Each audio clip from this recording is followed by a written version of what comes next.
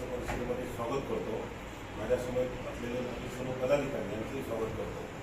आज महत्त्वपूर्ण विषयासाठी या ठिकाणी कारण असते की दोडामार्ग तालुक्याच्या विकासात्मक प्रक्रियेमध्ये विकास होत असताना आपण पाहतो की अनेक ठिकाणी ह्या मागील 8-10 दिवसामध्ये विकास कामाला विरोध अशासाठी वेगळी संघटना काम करते आणि हे काम करत असताना महत्त्वाचा विषय असा होता की तुम्हाला पत्रकार सुद्धा तुम्ही सर्व साक्षीदार आहात की 2 वर्षापूर्वी दोडामार्ग ते सावंतवाडी आणि दोडामार्ग ते तिराळी रस्ता खड्डेमय होता आणि खड्डेमय रस्त्यामध्ये 1 वर्ष सोशल मीडिया म्हणा किंवा इतर सर्व ठिकाणी कायम सत्ताधारी म्हणून माननीय या मतदारसंघाचे आमदार दीपक केसरकर असतील, त्यावेळीचे पालकमंत्री असतील, यांची कायम बदनामी केली जात होती आणि अशी बदनामी केली जात होती की या रस्त्याच्या खड्डेमय गोष्टीसाठी सर्वोच्च जबाबदार तेच आहेत असा विषय केला जात होता. आणि त्यावेळी अशी परिस्थिती झाली की दोन्ही रस्ते सुस्थितीत चांगले केले गेले. तर त्यावेळी असं सगळं निदर्शनाला आलं की जो रस्ता तिराळी टू दोडामार्ग आहे त्या रस्त्यावर अनेक ठिकाणी वेगवेगळी ऍक्सिडेंट व्हायचे. आपण स्वतःची साक्षीदार आहात. उदाहरणार्थ आंबेलीमध्ये, त्याच्यानंतर पुनाकट्ट्यामध्ये, तिराळीच्या त्या परिसरामध्ये अनेक वेळा ऍक्सिडेंट अशासाठी व्हायची की रस्ता तो अरुंद रस्ता, रस्त्यावर अनेक लोकांची अतिक्रमणं झाली. अतिक्रमण झाल्यामुळे रस्ता त्या ठिकाणी वाहतूक मोठ्या प्रमाणात विस्कळीत झाली. यामुळे अनेक ठिकाणी ऍक्सिडेंट होत होते आणि या ऍक्सिडेंटमुळे हा रस्ता रुंद करावा अशी सगळ्या लोकांची मागणी होती. ग्रामस्थांची मागणी होती. निम्या ग्रामपंचायतीने त्या भागातल्या तसे ठराव केले होते की हा रस्ता रुंद करावा. आणि दोडामार्ग तालुक्याचा विकास होत असताना, दोडामार्ग तालुक्याचा पर्यटन विकास होत असताना हा रस्ता भविष्यात हैदराबाद गोवा असा जो हायवेचा विषय आहे तो रस्ता ह्याच रस्त्याने व्हावा ही सुद्धा आमची मागणी आहे. आणि त्याला जोड म्हणून हॅम योजनेअंतर्गत हा रस्ता रुंदीकरण करून तो सुस्थितीत चांगला कॉन्क्रीटचा करण्यासाठी ही योजना मंजूर झाली. ऍक्च्युअल हा रस्ता गेल्या वर्षी मंजूर झाला, गेल्या वर्षी सुरू करायचा होता, परंतु गेल्या वर्षी जवळजवळ मे महिने आपल्याला माहिती आहे लवकर पाऊस लागला. पावसामुळे सगळी जी साधन सुविधा होती ती उपलब्ध न झाल्यामुळे तो रस्ता चालू झाला नाही. यावर्षी संबंधित ठेकेदारांनी या रस्त्याचं काम चालू केलं. काम नुकतंच चालू झालं, कामाची घोडदौड सुद्धा नाही, नुकतंच चालू झालं. चालू झाल्यानंतर अनेक लोक त्या ठिकाणी वेगवेगळ्या ठिकाणी विरोध करायला लागले. दोडामार्ग तालुक्याची एक प्रतिमा जी इतर जिल्ह्यामध्ये होते आहे की दोडामार्ग तालुक्यात गेल्यानंतर तक्रारी होतात, विरोध केला जातो, सगळ्या गोष्टीला विरोध केला जातो. ही जी प्रतिमा आहे ही प्रतिमा दूर करण्यासाठी मुक्काम आम्ही या ठिकाणी पत्रकार परिषद आयोजित केली आहे. या ठिकाणी असा उद्देश तो नाही की कुठल्या ठेकेदाराला समर्थन द्यावं किंवा कुठल्या गोष्टीला असा विषय नाही आहे.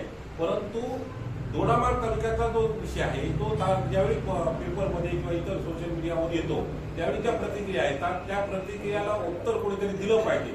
सगळेच जर गप राहिले तर ही प्रक्रिया कुठेतरी थांबली जाणार.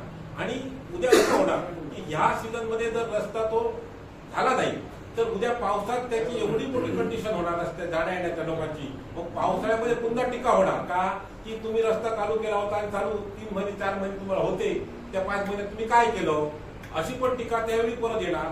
वस्तुस्थिती अशी आहे की रस्ता करत असताना जाग्या जाग्यावर त्या मोऱ्या म्हणजे काजवे करायच्या आहेत, जाग्या जाग्यावर कुठे रुंदीकरण करायचं आहे, त्या ठिकाणी खोदाई केली गेली. खोदाई करत असताना एका बाजूने खोदाई करून ते काम केलं गेले, दुसऱ्या बाजूने दुसऱ्या खोदाई करून काम करणं अशी जी कामं होती त्या कामामध्ये संबंधित जे ठेकेदार आहे, संबंधित यंत्रणा आहे, MIDC रस्ते विकास महामंडळ यांना पण आम्ही सूचना केली, लेखी पत्र दिलेलं आहे की तुम्ही तिथल्या ग्रामस्थांची, तिथल्या ग्रामपंचायतीची संपर्क साधा, त्यांच्या सूचना घ्या आणि त्याप्रमाणे तिथे प्रत्येक ठिकाणी योग्य तो मार्ग काढा. अनेक ठिकाणी ते मार्ग काढण्याचा प्रयत्न करत आहेत, परंतु काही जवळचे जमीन मालक आहेत ते सुद्धा त्या ठिकाणी पर्यायी रस्ता करण्यासाठी जर विरोध केला आणि काही विषय झाले तर त्यामुळे त्यांना आहे त्याच रस्त्यावर काम करणं भाग पडत आहे असं त्यांचं म्हणणं आहे. तरी पण आम्ही त्यांना सांगितलेलं आहे या विषयाची. ज्यावेळी गेल्या 2 दिवसामध्ये विरोधी पक्षांनी या ठिकाणी तिथे जाऊन प्रत्यक्ष जागेवर जाऊन अनेक ठिकाणी कामं अडवणे, कामावर असलेल्या कामगारांना मारहाण करणे असे प्रकार केले. आमचं त्यांना एक सूचना आहे, आम्हाला एक त्यांना सांगायचं वाटतं की तुम्ही सुद्धा विकास प्रक्रियेचे भागीदार आहात.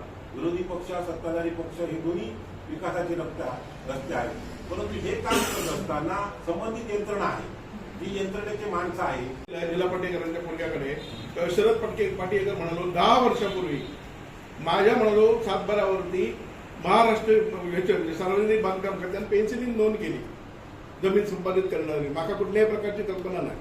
10 वर्षानंतर म्हणालो ती पेन्सिलने जी नोंद होती ती शाईन केली गेली म्हणजे पेनने केली गेली आणि त्याच्यानंतर माझं स्वतंत्र सातबारा म्हणजे माझी जी जमीन होती एकूण त्याच्यात जवळजवळ 1.5 एकर कमी करून बाकीची जमीन ठेवली गेली. ह्या सगळा कोणी केला? बांधकाम विभागाने केला. तो म्हणतो ह्या सगळं माका माहित नाही, आता आपण फेरफार मागतलंय आणि मी कोर्टात जातो रे म्हणाला. म्हणजे याचा अर्थ काय? कुठल्याही प्रकारची त्यांच्यानी भूसंपादन करू नये, सगळा झूड हा भूसंपादन केला म्हणून सांगतो. ह्या उदाहरण कालचीच गोष्ट आहे. पण काय होता जो तो म्हणता शरद काय बोललो आमची 2.5 एकर जागा 1.5 ते 2.5 एकर जागा तुमका लांबच्या लांब किती माहिती ती सगळी म्हणाला जमीन गेलेली आहे. तेवढी वगळून म्हणाला बाकी तुझा बरा तयार केली सेम कंडिशन हा तुमच्या पण तसंच असतं ना. बरोबर. म्हणजे तुम्ही असं म्हणा नका की भूसंपादन कायदेशीर केला गेला, अजिबात म्हणा नका. परंतु ज्यावेळी होत असतो त्यावेळी त्यांच्याकडे गेलो कुणाकडे आपल्या रस्ते विकास महामंडळाकडे त्यावेळी त्यांच्याने आपल्या ताब्यात असा म्हणालाच तो रस्तो त्यांच्याकडे दिलो गेलो आणि त्याच्यावर त्यांनी ते काय भूसंपादन आहे की काय नाही का बघितलं आहे कोण महामंडळ ते उद्या पुन्हा तो रस्तो ह्यांच्याकडे येतो काही वर्ष. त्याच्यात काय माहिती मला थोडीशी माहिती मिळाली की तुम्ही नकाशा पण टाकलं बांधकामामध्ये आमच्या रस्त्याची मागणी केली नाही त्या भूसंपादन तर ते म्हणाले रस्ते म्हणत लागलो रस्ते लागले तेच लावतं तेच लावतं शेतकऱ्यांना माहितच नसतं. माझं काय म्हणणं ते लावून घेतं डिपार्टमेंट लावून घेता रस्ते म्हणा आणि सर्वसामान्य शेतकऱ्याक माहिती नसतात.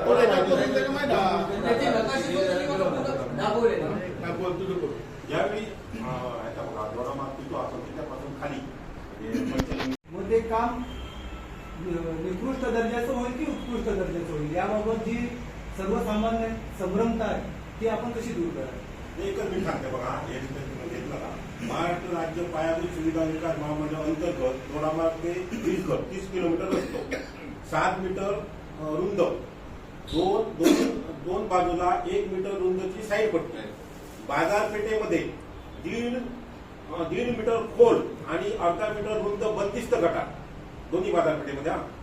जीर्ण झालेल्या मोऱ्या अरुंद पूल नवीन बांधणे का.